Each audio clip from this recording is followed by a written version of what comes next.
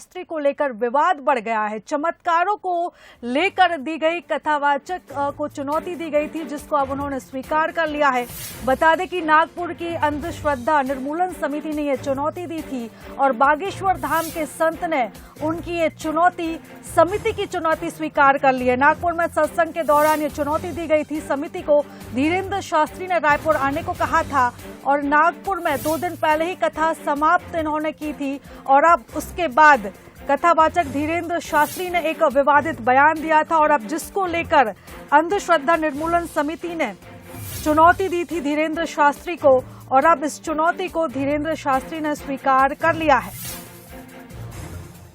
तो कथावाचक धीरेन्द्र शास्त्री को लेकर एक बार फिर से विवाद बढ़ा है। उनके चमत्कारों को लेकर चुनौती उनको दी गई थी। नागपुर की निर्मूलन समिति ने उनको ये चुनौती दी थी और अब इस चुनौती को कथावाचक धीरेन्द्र शास्त्री ने स्वीकार कर लिया है।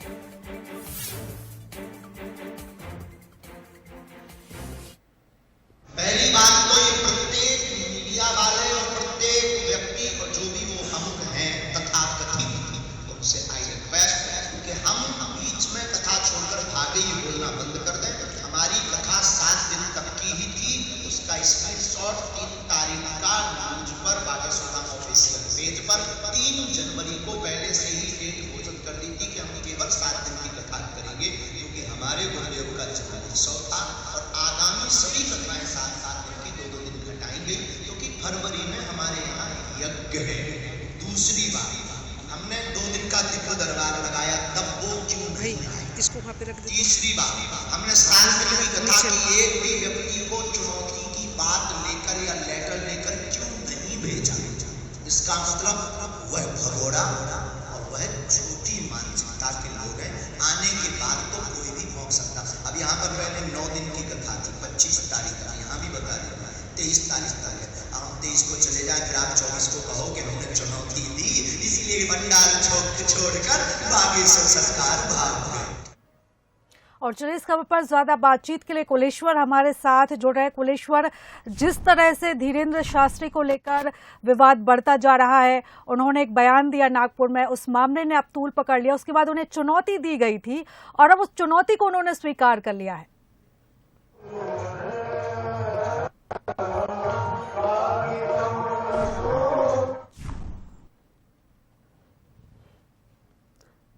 तो कुलेश्वर से हम दोबारा संपर्क साधने की कोशिश करेंगे। कुलेश्वर से हमारा संपर्क अभी नहीं हो पा रहा है।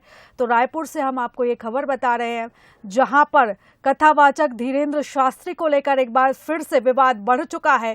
चमत्कारों को लेकर कथावाचक को चुनौती दी गई थी और अब इस चुनौती को धीरेन्द्र शास्त्री ने स्वीकार कर लिया है।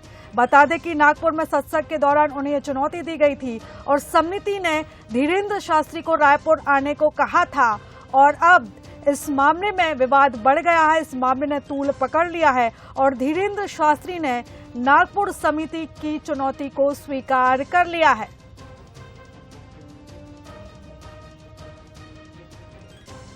तो चलिए सबसे पहले जानते हैं कि धीरेन्द्र शास्त्री कौन है। बता दें कि धीरेन्द्र शास्त्री की मुख्य पहचान कथावाचक के रूप में है।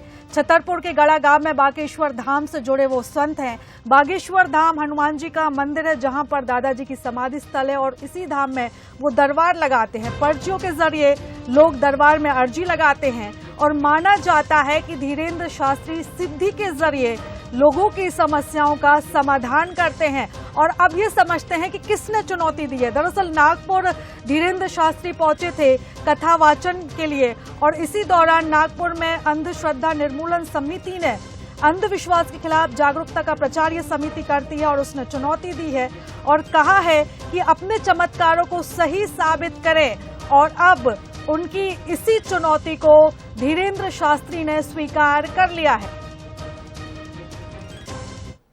और चलिए दोबारा से कुलेश्वर हमारे साथ जुड़े हैं, उनसे बातचीत करेंगे। कुलेश्वर, जिस तरह से हमने देखा कि धीरेन्द्र शास्त्री के मामले ने तूल पकड़ लिया है, नागपुर वो वहां पहुंचे थे और उन्होंने वहां पर एक बयान दिया, जिसके बाद नागपुर की समिति ने उन्हें चुनौती दी थी कि आप रायपुर आए, फिर आप अपने चमत्कारों को सही साबित करें और उस चुनौती को उन्होंने स्वीकार कर लिया है। अब रायपुर की आप स्थिति बताएं, क्या कुछ आप वहां छत्तीसगढ़ में देखने वाले हैं? देखिए बिल्कुल रायपुर में भी 17 तारीख से इनका जो प्रवचन है, वो ये कथा है, वो यहाँ पे जारी है। और कल उन्होंने प्रेस वार्ता किया था। प्रेस वार्ता में तो नागपुर समिति ने इनको चैलेंज दिया था, वो चैलेंज को उन्होंने स्वीकार भी किया है। बाकायदा वो धीरेन्द्र गिरी शास्त्री ने ये भी कहा कि नागपुर समिति के जो लोग हैं वो यहाँ पर आ जाए, मैं उनकी टिकट के आने जाने का खर्चा भी दूंगा, और उनका चैलेंज को उन्होंने स्वीकार भी किया। तो कहीं ना कहीं अभी कुछ दिनों से अगर हम देखने को मिल रहा है कि साधु महात्मा को भी अब लोग जो है चैलेंज दे रहे हैं, चुनौती दे रहे हैं, और कहीं ना कहीं इनको शब्दों भी जो है काफी अब गिरते जा रहा है। हमने इसके पहले भी देखा है, कई चुनौती जो है आजकल साधु महात्मा को देनी। फिलहाल अपना अपना आस्था है। धीरेन्द्र गिरी को भले ही लोग कह रहे हैं कि अंधविश्वास करते हैं, जादू टोना करते हैं, लेकिन मैं अभी इसके कार्यक्रम में मौजूद हूँ। भीड़ आपको दिखाना चाहूंगा। चारों तरफ जो है भीड़ यहाँ पे दिख रही है, चारों तरफ ऐसी ही भीड़ जो है, कथा भी शुरू हो गया है और चारों तरफ ऐसी ही भीड़ जो है देखने को मिल रही है। भीड़ की कमी बिल्कुल भी यहाँ पे नहीं है। लोगों की आस्था है, लोगों को श्रद्धा है, और उसी के अनुसार लोग जो है बढ़ चढ़कर यहाँ पे आ रहे हैं। और धीरेन्द्र गिरी शास्त्री का दर्शन, कृष्ण का दर्शन हो जाए, एकमात्र दर्शन के लिए वो यहाँ पे लगातार पहुंच रहे हैं। आप देख सकते हैं तस्वीर के माध्यम से कि यहाँ पे भीड़ कितनी है। चारों तरफ जहाँ भी नजर डालेंगे, दूर दूर से लोग जो है यहाँ पे धीरेन्द्र कृष्ण शास्त्री का दर्शन करने के लिए यहाँ पे पहुंच रहे हैं। और सबकी अपनी अपनी आस्था है। भले ही कोई कहे कि अंधविश्वास करते हैं, जादू टोना करते हैं, लेकिन लोगों की जो आस्था है वो यहाँ पे बिल्कुल भी कम होते हुए नजर नहीं आ रही है। हम कोशिश भी करेंगे कि उस लोगों से बात करें और जाने कि कितना आस्था है और कितना जो गुरुदेव के प्रति इनका आस्था में बात करेंगे। मैडम कहाँ से आए हैं आप? रायपुर छत्तीसगढ़। कितना आस्था है गुरुदेव के प्रति? अभी तो स्टार्ट हुई है। रायपुर सुंदरनगर से बहुत बड़ी आस्था है बजरंग बली पे। कितने दिन से आ रहे हैं आप? पूरा कलश यात्रा से आ रही हूँ मैं। कलश यात्रा देखिए अपना अपना आस्था है, लोग दर्शन करने के लिए आ रहे हैं। और धीरेन्द्र कृष्ण गिरी का जो कार्यक्रम जो शुरू हो गया है, पूर्व सीएम डॉक्टर रमन सिंह भी यहाँ पे आए हुए हैं। तो भले ही कोई कहे कि अंधविश्वास करते हैं, जादू टोना करते हैं, लेकिन लोगों की आस्था होती है। और उसी ये भीड़ बता रही है कि लोगों का कितना आस्था जो है बागेश्वर धाम के प्रति है, धीरेन्द्र कृष्ण। कुलेश्वर, आपसे ये भी जानना चाहते हैं कि क्या अंधश्रद्धा निर्मूलन समिति के सदस्य भी यहाँ पहुंचे हैं?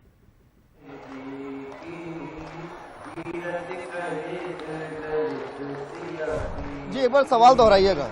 जी मैं आपसे यह जानना चाहती हूँ कि चुनौती जिसने दी है अंधश्रद्धा निर्मूलन समिति के से उनको ये चुनौती मिली है, तो क्या उस समिति के सदस्य भी वहां पर पहुंचे हैं?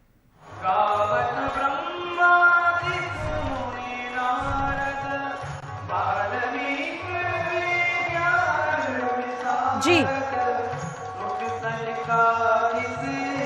लगता है कुलेश्वर तक हमारी आवाज नहीं पहुंच पा रही है। फिलहाल तमाम बातचीत के लिए आपका धन्यवाद। तो रायपुर से खबर हम आपको बता रहे हैं, जहां पर श्रद्धा का सैलाब अभी आपने देखा, हजारों की संख्या में श्रद्धालु उनके दरबार में पहुंचे हैं। और 17 तारीख से धीरेन्द्र शास्त्री की कथा यहां पर शुरू हो गई है, जिसमें भारी संख्या में लोग यहां पर पहुंच रहे हैं। तो कथावाचक धीरेन्द्र शास्त्री को लेकर लगातार विवाद बढ़ता जा रहा है।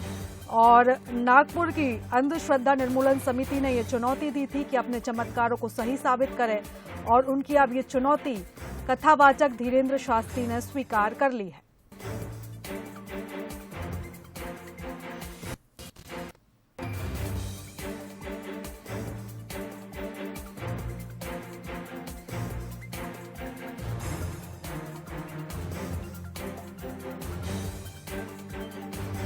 तो आपको बता दें कि बंसल न्यूज से भी खास बातचीत कथावाचक धीरेन्द्र शास्त्री ने की थी, और उन्होंने इस बातचीत के दौरान कई राज खोले थे। उसी का एक हिस्सा हम आपको सुनाते हैं। किस कनेक्शन से आप जुड़ते हैं उस दिव्यात्मा से, और किस तरह से लोगों की पीड़ा दूर करने के लिए आगे आते हैं? ये ध्यान विधि योग है, इसे त्राटक कहते हैं।